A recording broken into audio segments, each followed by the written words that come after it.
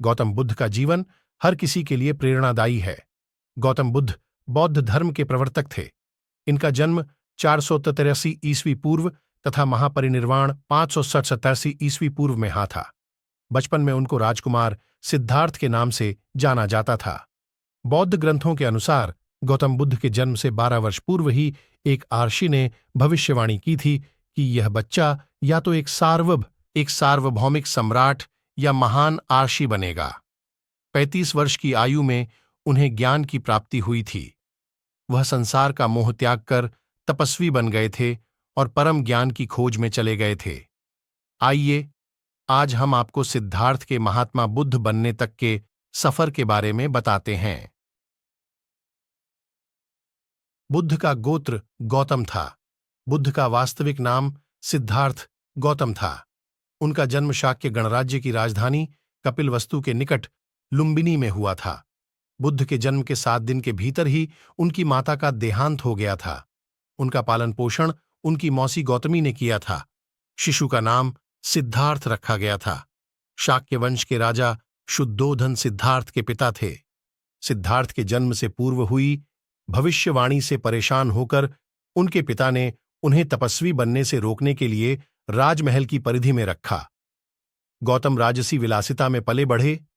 बाहरी दुनिया से आक्रांत, नृत्य करने वाली लड़कियों द्वारा मनोरंजन, ब्राह्मणों द्वारा निर्देशन और तीरंदाजी, तलवारबाजी, कुश्ती, तैराकी और दौड़ में प्रशिक्षित किए गए थे। कम उम्र में ही उनका विवाह राजकुमारी यशोधरा से करा दिया गया। दोनों का एक पुत्र भी हुआ जिसका नाम राहुल था।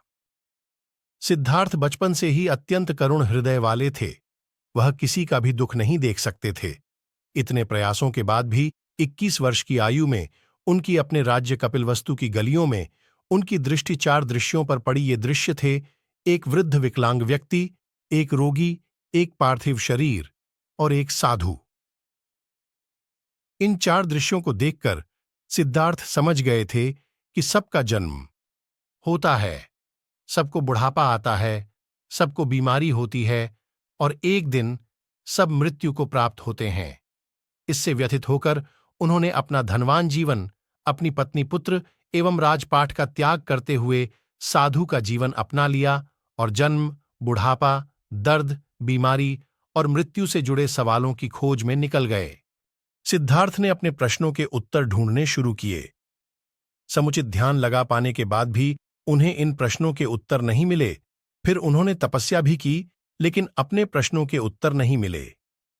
इसके बाद कुछ और साथियों के साथ अधिक कठोर तपस्या प्रारंभ की। ऐसे करते हुए 6 वर्ष व्यतीत हो गए। भूख से व्याकुल मृत्यु के निकट पहुंचकर बिना प्रश्न विचार करने लगे थे। एक गांव में भोजन की तलाश में निकल गए, फिर वहां थोड़ा सा भोजन ग्रहण किया। इसके बाद वह कठोर तपस्या छोड़कर एक पीपल के पेड़, जो अब बोधिवृक्ष के नाम से जाना जाता है, के नीचे प्रतिज्ञा करके बैठ गए कि वह सत्य जाने बिना उठेंगे नहीं। वह सारी रात बैठे रहे और माना जाता है यही वह क्षण था जब सुबह के समय उन्हें पूर्ण ज्ञान की प्राप्ति हुई थी। उनकी अविजया नष्ट हो गई और उन्हें निर्वण यानी बोधि प्राप्त हुई और वे 35 वर्ष की आयु में बुद्ध बन गए। बुद्ध को शाक्य मुनि के रूप में भी जाना जाता है। 7 हफ्तों तक उन्होंने मुक्ति की स्वतंत्रता और शांति का आनंद लिया। प्रारंभ में तो वह अपने बोधि के बारे में दूसरों को ज्ञान नहीं देना चाहते थे। बुद्ध का मानना था कि अधिकांश लोगों को समझाना बहुत मुश्किल होगा। मान्यता है कि बुद्ध को स्वयं ब्रह्मा जी ने अपने ज्ञान को लोगों तक पहुंचने का आग्रह किया था। फिर वह इस पर सहमत हो गए। इस तरह उन्होंने अपना पहला धर्मोपदेश उत्तर प्रदेश के वाराणसी के पास सारनाथ में अपने पहले मित्रों को दिया था।